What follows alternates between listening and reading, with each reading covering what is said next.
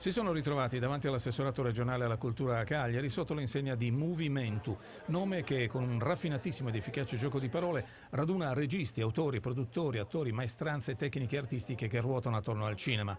Settore che in un recente passato ha manifestato straordinarie potenzialità non solo artistiche, ma che, lamentano i 220 sottoscrittori di un documento consegnato alla Regione, soffre ora dell'indifferenza e disattenzione delle istituzioni, con drastiche riduzioni di finanziamenti e impoverimento della Film Commission. Le persone che sono qua sono la punta dell'iceberg, perché potrebbero esserci con noi gli albergatori, i titolari di società di catering, tutti quelli che lavorano col cinema, intorno al cinema, e che ne hanno avuto beneficio anche in termini economici, perché sì, siamo davanti all'assessorato alla cultura, ma il cinema è anche un'industria che porta occupazione molto di più di tante probabilmente forme di impresa ormai decotte. Dopo decenni in cui la nostra isola è stata raccontata da altri, ci sono i sardi che raccontano la nostra isola. Finanziando un'opera, finanziando una sceneggiatura, finanziando un autore si finanziano 50-100 persone, sono 100 capifamiglia che danno da mangiare ai loro figli.